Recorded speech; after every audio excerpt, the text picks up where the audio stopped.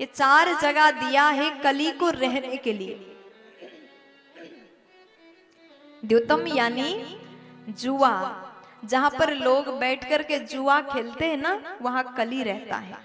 इसलिए अगर आप कलयुग में रह करके भी कली के दुष्प्रभाव से बचना चाहते हैं तो जीवन में जुआ को हाथ मत लगाइएगा, कली से बचोगे। पानम, अगर आप पान करते हैं तो आपके ऊपर भी कली का प्रभाव पड़ेगा। पान समझ रहे हो?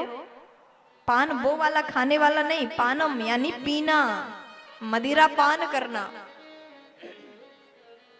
जहां पर लोग बैठ करके मदिरा पीते हैं ना, वहां पर भी कली रहता है।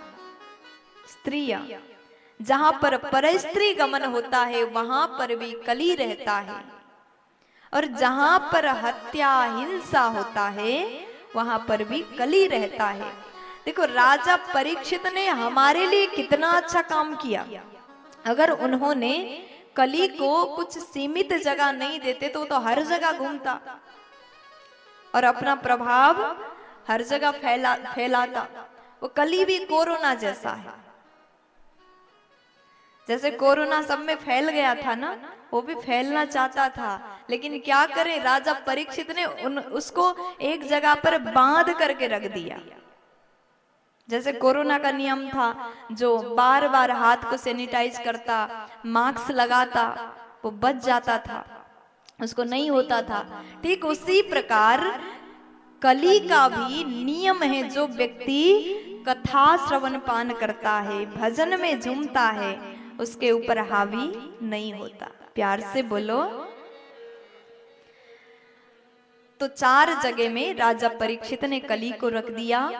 तत्पश्चात कली बोला, महाराज आपने अच्छा जगह नहीं दिया, मुझे अब अच्छा नहीं लग रहा है यहाँ पे, एक तो अच्छा वाला जगह दे दो।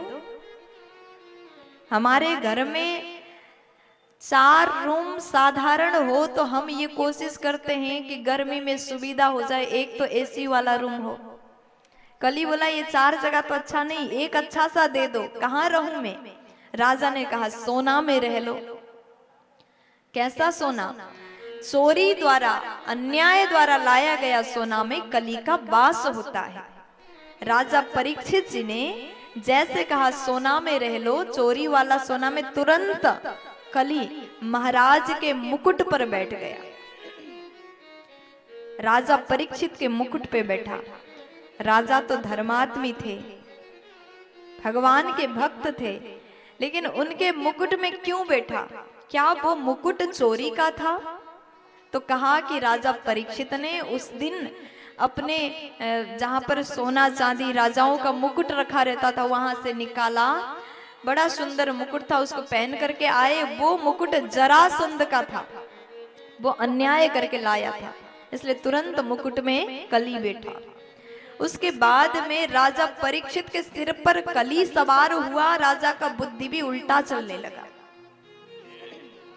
शिकार करने के लिए गए, शिकार करते करते उनको प्यास लगी। समीक नाम के ऋषि का एक कुटिया है। राजा को प्यास लगी, वो जल मांग रहे, जल्दी से पानी मुझे पिला दो, जलपान करा दो। लेकिन समीक जी ध्यान में है, उनको पता नहीं चला। तो उसके बाद में राजा को क्रोध आया, चारों ओर देखा, एक मृत सांप पड़ा था। तलवार से उठाया, समीक जी के गले में डाल दिया और वहां से अपने घर चले गए। थोड़ी देर पश्चात समीक ऋषि के पुत्र श्रृंगी ऋषि आया। पिता के गले पर मरा हुआ सांप देख करके रोने लगे। तुरंत राजा को श्राप दिया, 7 दिन में तक्षक द्वारा राजा का मृत्यु हो जाए। अब संतों का श्राप, ब्राह्मण का श्राप कभी व्यर्थ नहीं जाता, वो अवश्य ही लगता है। उसके बाद समीक जी को पता चला। समीक जी ने अपने पुत्र को कहा, इतने सुंदर राजा को ऐसा श्राप कैसे दिया? राजा तो भगवान के रूप होते हैं, ऐसे ज्ञानी परोपकारी राजा को पाना बड़ा मुश्किल है, ऐसे कैसे श्राप दे दिया? और अपने शिष्य गौरमुख को भेजा, राजा को जाकर के कह दो कि आप 7 दिन में मरने वाले हो। तुरंत गौरमुख गए, राजा परीक्षित जी को बताया कि महाराज 7 दिन में तक्षक द्वारा आपका मृत्यु होगा, इसलिए आप अपने आत्म कल्याण के लिए जो भी करना चाहते हैं जल्दी से करिए। महाराज आप 7 दिन में मरने वाले हैं। देखो उस समय राजा परीक्षित को कैसा लगा होगा, उनको बुरा नहीं लगा, क्योंकि घर जाने के बाद वो सोच रहे थे ऐसा मैं क्या करूं जिससे मैं प्रायश्चित कर सकूं। जैसे पता चला आपको श्राप लगा, 7 दिन तुम्हारे पास है, 7 दिन में मरने वाले हो, अपने आत्म कल्याण के लिए कुछ न कुछ साधन करो।